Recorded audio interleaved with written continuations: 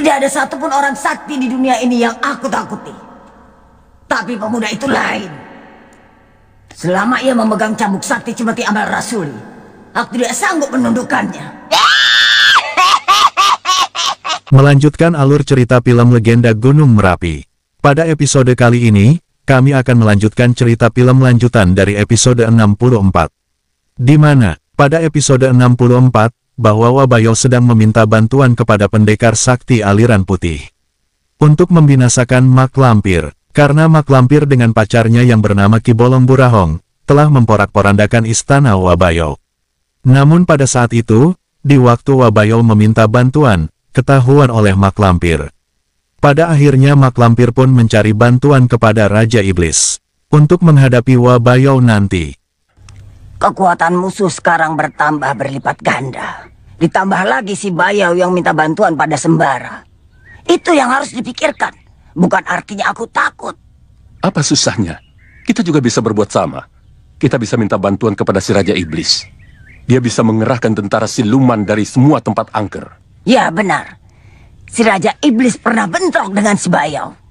Dia pasti bersemangat membantu aku. Dan aku akan mengerahkan seluruh angkatan perangku. Bagus. Kini kita menuju Sembara dan Basir. Pada saat itu sedang berjalan kaki menelusuri tengah-tengah hutan rimba. Dengan tujuan mereka akan mendatangi istana siluman di Gunung Sumbing. Karena Parida telah disembunyikan di istana siluman itu oleh Mak Lampir. Namun Sembara belum mengetahui bahwa Parida sudah tidak ada di sana, karena telah diambil oleh Wabayo. Sewaktu Mak Lampir pergi menemui pacarnya, Ki Bolong Burahong, yang tinggal di kaki Gunung Slamet. Dan pada saat ini Parida di Padepokan Karang Semaya, yang terletak di wilayah Cirebon. Sebenarnya kita ini mau kemana sih? Kamu lupa tujuan. Justru itu. Justru. Kau dengar sendiri bukan? Farida dibawa oleh makhluk siluman ke Gunung Sumbing. Justru melulu. Sudah, pokoknya kamu nurut sama aku. Kita tunggu sampai matahari terbenam. Nanti aku tunjukkan di mana letaknya istana siluman Gunung Sumbing. Tidak lama kemudian, hari pun sudah sore. Fenomena cahaya matahari pun mulai menghilang. Selanjutnya, pada saat itu Basir melihat sekelebat ada sosok manusia yang menyeramkan. Namun Sembara memohon kepada Basir harap tenang, karena sosok tersebut sahabat Sembara, yaitu tiada lain Panglima Kumbang, yang akan memberi kabar kepada Sembara bahwa Parida sudah tidak ada di istana siluman Gunung Sumbing. Parida sudah tidak ada di istana Gunung Sumbing, Pangeran. Lalu ada di mana dia sekarang? Saya mohon maaf, Pangeran. Saya tidak tahu. Panglima bisa mengerahkan ilmu sidik paninggal untuk bisa melihat Farida. Sudah 7 kali saya mencoba, tapi tidak berhasil. Penglihatan saya buram. Hanya cahaya putih yang saya lihat. Tentu saja, bahwa Parida sudah tidak bisa dilihat oleh ilmu penerawangan. Sekalipun dengan ilmu kaca benggala milik Mak Lampir, karena Parida sudah diberi pelindung gaib Nur Alip oleh Kiai Pengasuh Padepokan Karang Semaya. Bagaimana, Pangeran? Aku sudah tidak bisa berpikir. Harapanku lenyap. Sekarang lebih baik Pangeran pulang dulu untuk menenangkan pikiran. Mudah-mudahan Allah memberikan jalan yang terbaik pada Pangeran. Ya. Silakan naik ke punggung saya. Waduh, anginnya kenceng banget loh. Bicaralah terus kalau kau ingin mati. Justru. Terima kasih, Panglima. Di sisi lain, kini Mak Lampir pun sedang memantau Parida lewat kaca benggala adalahnya. Namun apa yang dilakukan Mak Lampir telah gagal, karena Parida tidak bisa dilihat sama sekali oleh Mak Lampir. Aku tidak bisa melihat Farida sama sekali. Ilmu apa yang digunakan melindungi Farida? Aku tidak tahu. Dia punya simpanan? Tidak. Wak Bayo pasti tidak mampu menahan paso benggalaku. Ini pasti perbuatan temannya. Harus kau bekuk orangnya. Kalau tidak, kau tidak akan bisa menemukan Farida. Ya. Guru. Mayang Sari. Kau bisa mendengar suaraku, Guru? Ya. Ada apa? Kapan Guru datang? Aku tidak bisa menemuimu secepatnya. Bagaimana dengan Lindu Aji? Serahkan dia kepada Belanda. Nanti aku menyusul kalian ke Batavia. Baik, Guru. Kau bicara dengan siapa? Mayang Sari, muridku. Dia telah berhasil menangkap salah satu keturunan Kiai Ageng Prayogo yang lain. Dan aku diminta segera menemuinya. Di malam harinya, Mak Lampir pun memaksa Pangeran Garai untuk mengambil cambuk cameti amal Rasuli Sembara. Lalu kemudian, Pangeran Garai pun mencoba menggunakan akal liciknya, dengan menyuruh pengikutnya untuk memperkosa Nyai Keni, anak gadis seorang warga desa, yang kebetulan Sembara berada di desa itu. Tidak ada satupun orang sakti di dunia ini yang aku takuti. Tapi pemuda itu lain. Selama ia memegang cambuk sakti Cemeti Amal Rasuli, aku tidak sanggup menundukkannya. Karena ia mendapatkan kekuatan dari langit. Benarkah itu, Guru? Lalu bagaimana cara untuk mengalahkannya? Bisakah ia dengan pusakanya itu? Goda ia agar melakukan perbuatan kotor, yang akan menyebabkan ia terputus dengan kekuatan dari langit. Akan kulakukan, Guru. Tapi aku mohon petunjuk, Guru. Di sisi lain, Sembara pun sedang tergesa-gesa di sebuah tempat, dengan tujuan ke Padepokan Karang Semaya, di wilayah Cirebon. Namun dalam perjalanan terdengar teriakan seorang gadis. Rupanya si gadis itu sedang memerlukan pertolongan.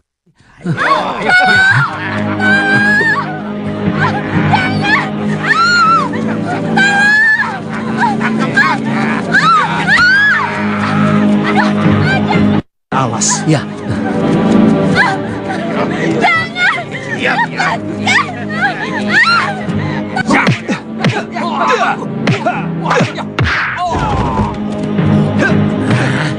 Ini baru tugas seorang pendekar. Aku bantu kau, Sembara. Rawi-rawi rantas, malang-malang putung. Ya!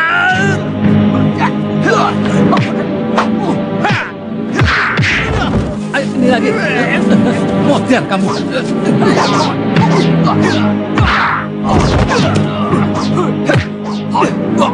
Pangeran Garai pun sedang santai mengawasi Sembara, dan melihat perkembangan sandiwara yang mereka inginkan cita-citanya.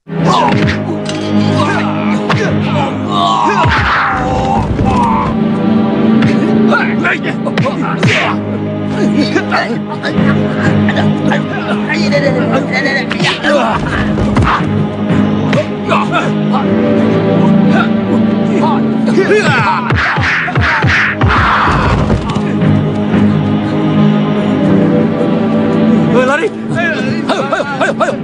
Ayo, motor kue, semilik ini. Umpan kita berhasil, Garai. Kita tunggu saja selanjutnya. Aku siapkan umpan yang kedua, Guru.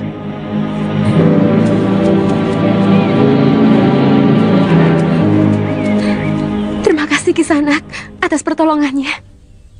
Siapa mereka itu? Saya tidak tahu. Mereka mengikuti saya sejak dari pasar. Dan mereka hendak... Sudahlah, Nyai. Yang penting sekarang Nyai selamat. Nyai mau kemana? Saya mau pulang. Tapi saya tidak berani pulang sendiri. Saya antar Nyai sampai ke rumah. Sembara dan Basir pun siap mengantar sampai rumah.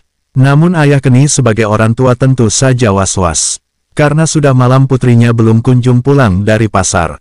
Malam begini baru pulang, Kenny? Hampir saja saya tadi celaka, Pak. Tadi ada 3 orang penjahat hendak mencelakai saya. Untung saja Kakang ini datang menolong saya, Pak. Terima kasih atas pertolongan Andika. Iya. Siapa nama Andika? Saya Sembara, Pak. Silakan masuk, Nak Sembara. Kalau saya Basir, Pak. Di kampung halaman saya lebih dikenal sebagai pendekar. Kalau begitu, Kisana ini pasti pendekar istimewa. Tapi biasanya pendekar itu kelihatan kuat, gesit, dan ramping. Andika gendut dan loyo. Loh, kalau loyo itu belum makan, Pak. Kebetulan di dalam ada makanan. Mari masuk.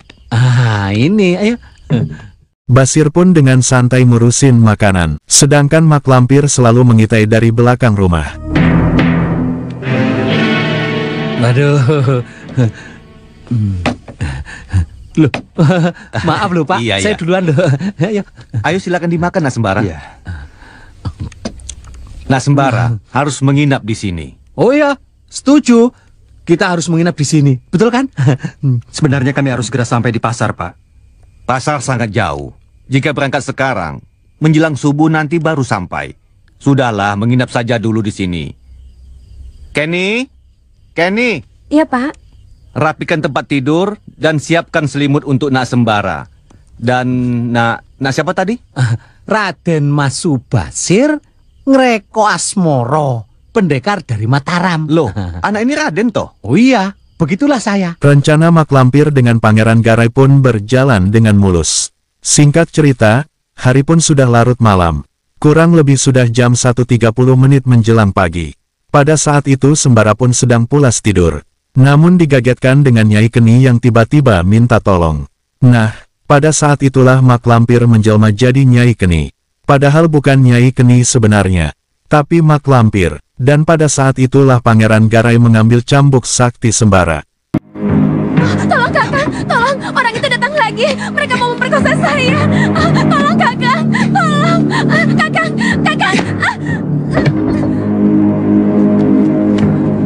Ada apa, Nak? Aku seperti mendengar suara jeritan.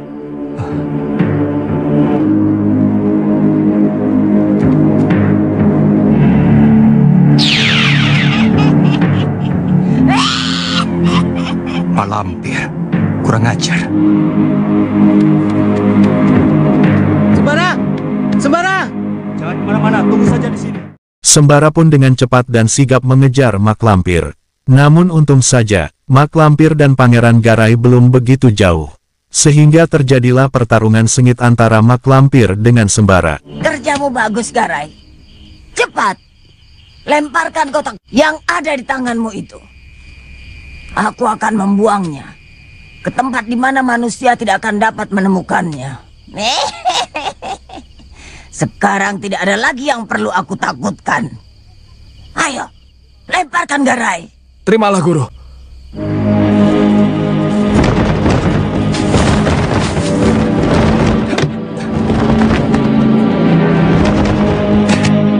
Kita adakan perhitungan, Mak Lampir. Iya.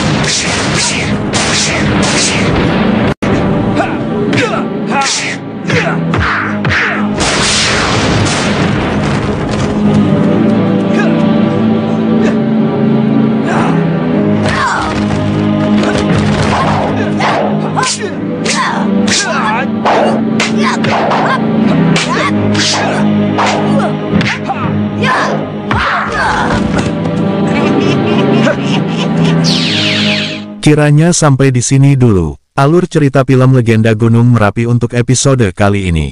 Mari kita nantikan di episode selanjutnya. Terima kasih.